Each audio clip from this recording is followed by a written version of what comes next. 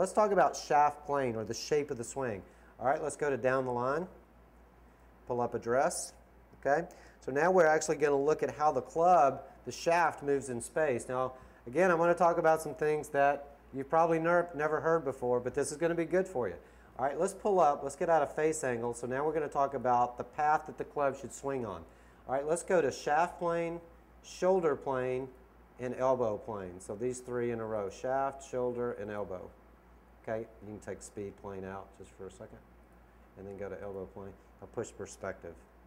Okay, another great thing about motion golf is we can see a lot of different angles here, but we can really see what the club's doing as far as the path. Zoom in just a little bit, if you would, please. Okay, perfect, right there. So this signifies really three different dimensions of how the club swings in space. So if you were watching the club, you've heard people talk about one plane, two plane, three plane, all that mess. Okay, my thought is that whether you think about path or the face or whatever, I want it to feel natural. Okay? Now, one of the things you'll notice with power players, they swing the club on a much more vertical plane. And a lot of people ask me, why is that? Meaning a higher plane. Okay, the reason is they create much more extension through the ball at impact. Okay?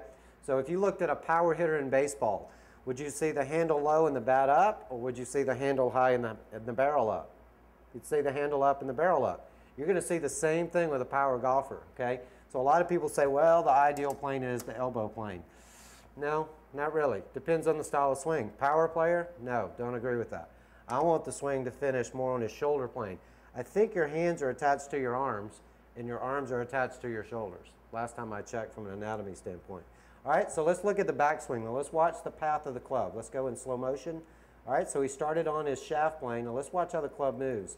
And one of the things, stop. One of the things I'm going to work on now a little bit, I want to create a little bit more width in the arc. I think when you get a little bit inside with the club, the circle gets smaller. Think about it. If I bring the club more to the inside, okay, the club is getting behind me.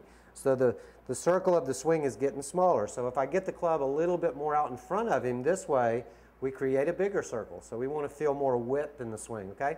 So let's go back to address, and let's talk about that just a little bit more. Go back to address just for a second. So when we go back to training, and that's one of the good things about motion golf, we can put him on live and show him how the club moves back. So let's go in slow motion, and let's go to where the club is about to where this prompter is. Niall, just in slow motion. Stop. So when the club's parallel to the ground, I want to see the club head and the shaft in front of his hands here. It's a little behind him. Okay, let's keep going. Now let's watch the shaft. Stop just for a second. Okay, let's pull off the shaft line just for a second. This is another great feature to motion golf. See the pink line? This is the extension of the shaft. So if Niall had had the club a little bit more in front of him, guess where the pink line would focus on? Back to the ball. So ideally, if we swing the club more in front of you, he's on an ideal plane. It could be higher or lower.